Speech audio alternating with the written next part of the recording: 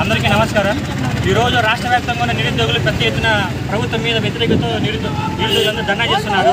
ఎందుకనగా రాష్ట్ర వ్యాప్తంగా గత సంవత్సరంలో 6,100 పోస్టులు YS government Jaganmohan Reddy government fill చేసింది. దానికోసం ఏం జరిగింది? ఎన్నికల ముందర ఎమ్మెల్సీ ఎలక్షన్ ముందర గవర్నమెంట్ రన్నింగ్ ఇచ్చింది. అప్పుడేమైంది? ఎమ్మెల్సీ ఎలక్షన్ కిందగా దాన్ని రద్దు చేసింది. ఇప్పుడు నెక్స్ట్ గవర్నమెంట్ వచ్చింది. 100 రోజుల పరిపాలన కంప్లీట్ అయినా కూడా సుప్రీంకోర్టులో ఉన్న కేసుని ప్రభుత్వం కంప్లీట్ చేయాల. హోంగార్డులు కూడా రిజర్వేషన్ని 40% పెంచింది. రాష్ట్ర వ్యాప్తంగా ఉన్న 13,000 మంది హోంగార్డులకి 40% రిజర్వేషన్ ఇవ్వడం ఏంటి? ఇది చాలా దారుణం. దీనివల్ల జనరల్ అభ్యర్థులు చాలా నష్టపోతున్నారు. పెండింగ్లో ఉన్న కనీస నోటిఫికేషన్ వెంటనే భర్తీ చేయాలి. దీన్ని భర్తీ చేయకపోగా నెక్స్ట్ నోటిఫికేషన్ 20,000 అంటూ నిరుద్యోగులు మోసం చేస్తున్నారు. గౌరవనీయులైన హోమ్ మినిస్టర్ గారికి మీకు మేము విన్నాం ఏమనగా, ప్రస్తుతం ఉన్న నోటిఫికేషన్ ఫిల్ చేయండి. నోటిఫికేషన్ తర్వాత కలిసి ఫిల్ చేసుకోవచ్చు. ప్రస్తుతం నోటిఫికేషన్ ఫిల్ చేయండి. మీరు నిరుద్యోగులను మోసం చేయొద్దండి. ఏ ప్రభుత్వం అయినా సరే నిరుద్యోగులు మోసం చేస్తే గత ప్రభుత్వానికి పట్టినకైతే మీకు పడుతుంది. ఆయన గత ప్రభుత్వంలో 151 సీట్లు వచ్చిన అహంకారంతో చాలా చేశాడు. మీకు 164 సీట్లు ఇచ్చాం. గుర్తుపెట్టుకోండి, మేము ఓట్లు వేయడం వల్ల మీకు 164 సీట్లు వచ్చాయి. మాకు దయచేసి న్యాయం చేయండి.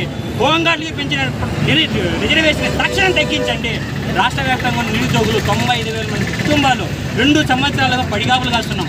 ఈ మందు నవంబర్ వస్తే 3 సంవత్సరాలు కంప్లీట్ అవుతుంది సార్. ఇంటికి పోలేక చాలా మా మగాళ్ళు మా తల్లిదండ్రులు చూపలేకపోతున్నాం.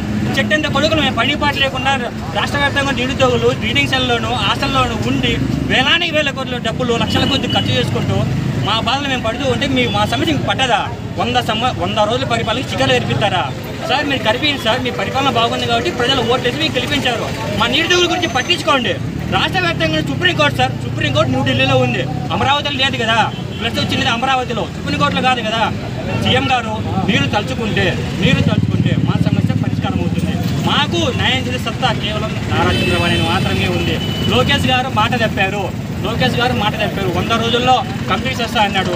లోకేష్ గారు మాట తప్పారు, చేయలేదు. సీఎం గారు దయచేసి మా మీద శ్రద్ధ ఉంచి మా తల్లి లాంటి వారు అర్థం చేసుకుని మా బాధలు అర్థం చేసుకుని త్వరగా కనీసం అభ్యర్థులుగా న్యాయం చేయాలని కోరుతున్నాను.